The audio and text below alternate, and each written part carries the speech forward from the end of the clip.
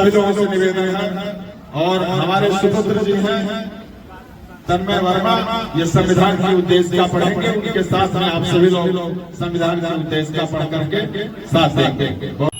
न रस्मों का बंधन न जात पात की दीवार होगी, अब संविधान की शपथ में ही घर घर में खुशहाली की बहार होगी। यह अनोखी पहल गोंडा में पुरानी रीतियां त्याग कर संविधान की शपथ लेकर पढ़ने सूत में बंधे जयेश वर्मा।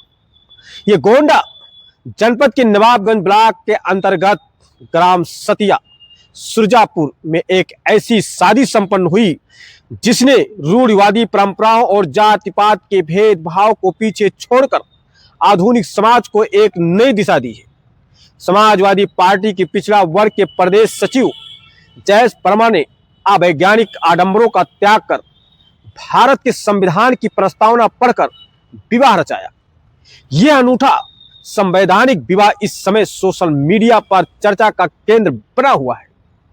जब मीडिया ने इस साहसिक कदम पर जयेश वर्मा ने सवाल किया तो उन्होंने बड़ी बेबाकी से जवाब दिया कि हर धर्म और मजहब की अपनी परंपराएं हैं, लेकिन अंततः न्याय और सुरक्षा हमें संविधान से ही मिलता है।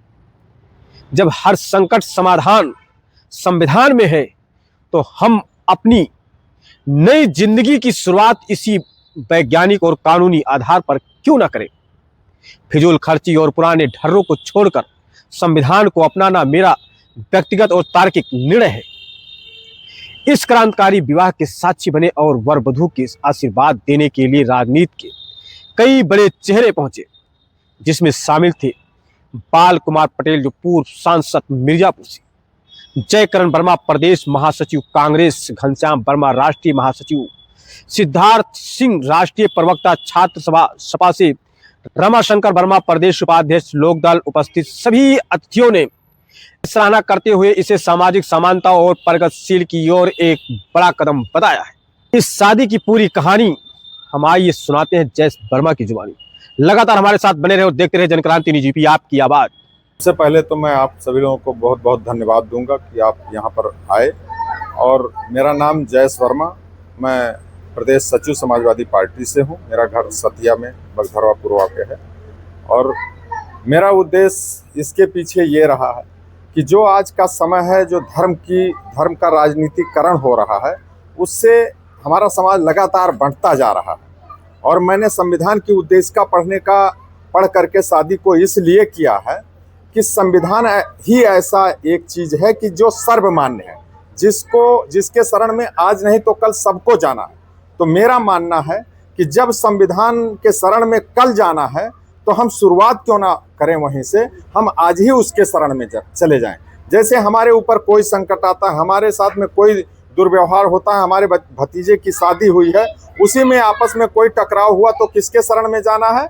संविधान के शरण में उनको न्याय मिलेगा। लड़की ने लड़के के साथ कोई अन्याय किया या लड़के ने लड़की के साथ कोई अन्याय किया तो उसके शरण में जाना है। तो हम क्यों ना आज ही उसके शरण में चले जाएं, संविधान के शरण में, जब सारा हल वही निकलना है। और उसको किसी को भी मानने में, चाहे वो किसी भी जाति का हो, चाहे वो किसी भी धर्म का हो, चाहे किसी संप्रदाय का हो, जब सबको स्वीकार है तो हमको उसके शरण में जा करके शादी करने में बहुत खुशी हुई। और वायरल हो रहा है, इससे बहुत खुशी हो रही है मुझे।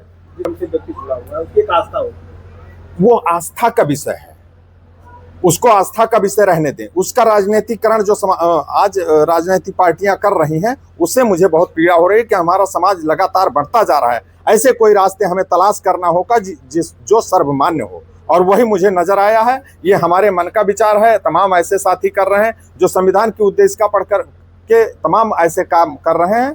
उसी नक्शे कदम पे मैं भी चल रहा हूँ कि ऐसे कोई रास्ते निकाले जाएं कि जो सर्वमान्य हो, जिसमें पूरे देश की आत्मा बसती हो। और संविधान ही ऐसा है जिसमें पूरे देश की आत्मा बसती है।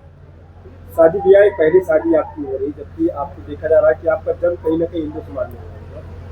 मेरा जन्म हिंदू समाज में हुआ, इसमें मेरा कोई दोष नहीं है। किसी का भी जन्म किसी भी धर्म में हो सकता है, लेकिन मैं किस रास्ते पे चलूंगा इसमें मेरा अधिकार है। और मैंने अपना रास्ता चुना है, संविधान का रास्ता, और उसी पे चलूंगा। किस धर्म को मानते हैं जी? किस धर्म को आप मानते हैं? मैं बौद्ध धर्म को मानता हूं और मेरा मानना है कि बौद्ध धर्म चूंकि नेचुरल है, प्राकृतिक है, इसलिए बौद्ध धर्म को मानता हूं। वो मेरे आस्था का विषय है, उसका मैं राजनीतिकरण कभी नहीं करता। क्या परिवार वाले जिस लड़की के साथ में जो लड़का का जो संबंध बना हुआ, क्या वो लोग भी मानेंगे? आज माने चाहे कल माने, हमारा परिवार मान रहा है, जहां मैंने शादी किया है वो भी मान रहा है, और आज नहीं तो कल हर व्यक्ति को मानना पड़ेगा और उसी से सभी हल निकलेगा। इसके अलावा और कोई हल नहीं है।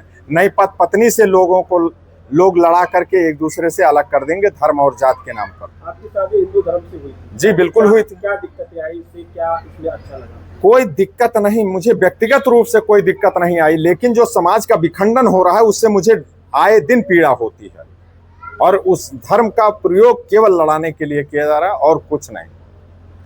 तो उसका हल मुझे नजर आ रहा है। क्या संदेश देना चाहते हैं? आपके समाज में तो वर्मा समाज में तमाम लोग भी नाराज होंगे, जो कि बुद्धिस्ट नहीं मानते। नाराज नहीं है, उनको ज्ञान नहीं है। अगर जो कोई, मान लीजिए मैंने ये कदम उठाया, किसी को कोई बात नहीं समझ में आती, हो सकता है मुझे गाली भी दे, लेकिन ये कोई जरूरी थोड़ी है। जब किसी ने कहा था कि सूर्य का चक्कर पृथ्वी लगा रही है, तो उसको फांसी दे दी गई थी, तो वो भी तो एक सत्य था। सत्य तो कहना ही पड़ता है ना, कभी तो सत्य बाहर आएगा। मैं सत्य के रास्ते पे हूँ, इसमें कहीं कोई दो राय नहीं। गाँव में इसकी प्रथा को लेकर के अक्सर बहुत विवाद चर्चा हुआ करता है, भाई पटीदार खाना भी छोड़ देते हैं। ऐसा कुछ हमारे यहाँ नहीं, हमारे यहाँ पूरा सहयोग करता है। हर व्यक्ति मुझे अपना नेतृत्व करता मानता है, इसमें मुझे बड़ा गर्व होता है। मैं पहली बात, किसी भी चीज़ को, कोई भी कदम बगैर चिंतन के उठाता नहीं हूँ, बगैर चर्चा के उठाता नहीं, और चर्चा करके उठाता हूँ तो लोगों का मुझे बड़ा सहयोग हमारे क्षेत्र में मिलता है। उनका ये मानना है कि सबसे ज़्यादा मैं चलता फिरता हूँ, समाज में चलता फिरता हूँ, तो निश्चित तौर से मैं गलत कदम नहीं उठा सकता, और ये हम खुद भी ऐसा करने की कोशिश करते हैं। तो शादी 6 तारीख को कहाँ पर हुई? अयोध्या ड्रीमलैंड होटल से।